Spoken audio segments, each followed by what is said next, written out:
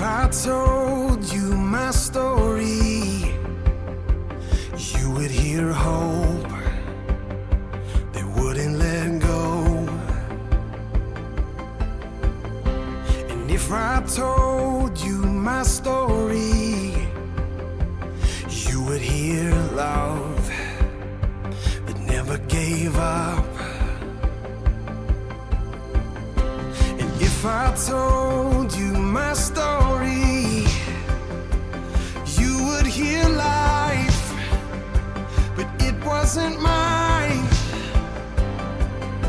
If I should speak, then let it be of the grace that is greater than all my sin, of when justice was served and where mercy wins, of the kindness of Jesus that draws me in.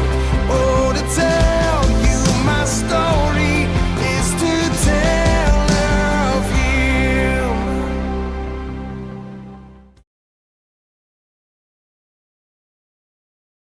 Hey everybody, most of you know me, Mark Rawson.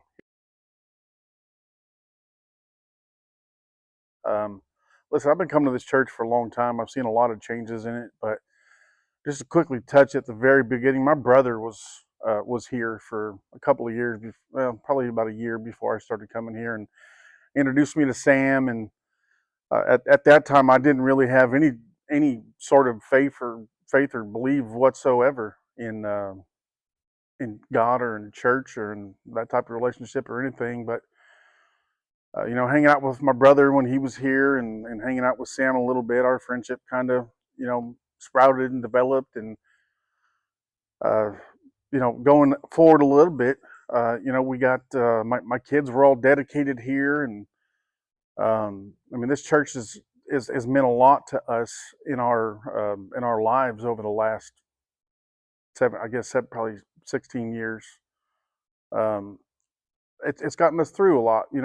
This church and Sam and God has saved my marriage at one point. At one point, we had a really tough spot. We were living in two separate homes in two different towns, and um, Sam kind of recommended that we do a couple of things and watch a specific movie called Fireproof. If you've never seen it, 10 out of 10 recommend.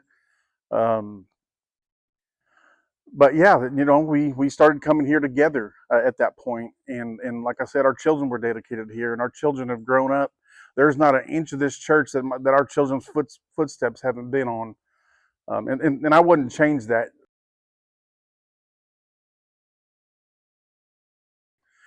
In 2022, my nephew Andrew died in a motorcycle accident, and and his dad was at that point. My brother Scott was at that point was not didn't have any kind of a meaningful relationship with God at that point.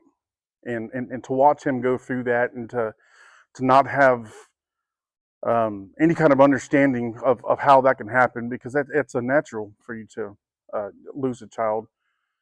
Um, that was really trying for him. It was trying for my entire family. But one thing that reminded me that God has us through this. He died on a Tuesday, and that very next Sunday, Sam was given that was right in the middle of our Bible Heroes series. And on that Sunday, he preached about unexpected heroes. And Andrew died unexpectedly. And he preached a sermon, and it was tough to listen to, but at the same time, it was much needed. And after the service, I went to Sam and I said, "Hey, did you switch this up to fit what's going on?" He's like, "No, I've had this plan for 6 months." So that proves that God knows what you're going through far in advance before you ever go through it. And so trust that. Trust that God has your best interest in mind all the time. It's not a variable thing. It doesn't happen sometimes and doesn't happen others. It's all the time. And over the past couple of months, fast forwarding a little bit more, my brother Scott's getting back into church. He's found a church he likes in Washington, and he's able to find more comfort in losing his son through God. about 8 months ago, 7 or 8 months ago, I started reading the Bible. I decided I was going to read it from cover to cover. I'm in Jeremiah 33 right now, and I've read a lot of verses along the way that some of them are hard to understand, but one that just absolutely blew my mind was Isaiah 53. The chapter Isaiah 53 prophesies what's going to happen to Jesus, and it's like 600 years before Jesus was even born when this chapter was written. Um, God knew long before Jesus came what God was going to have Jesus do for us. He knew that probably way more than 600 years in advance, that was going to happen, and that Jesus was going to die for us and be for that salvation for us. Emma has gone through a incredible thing for the last not a year, but close to it. And we've just leaned on God, and we've leaned on our church and our church family and our church community, and it's really gotten us through it. And I don't know that she would be as healthy as she is right now without God. The doctors couldn't figure it out, but as it turns out, doctors didn't need to figure it out. We knew that God had it the entire time.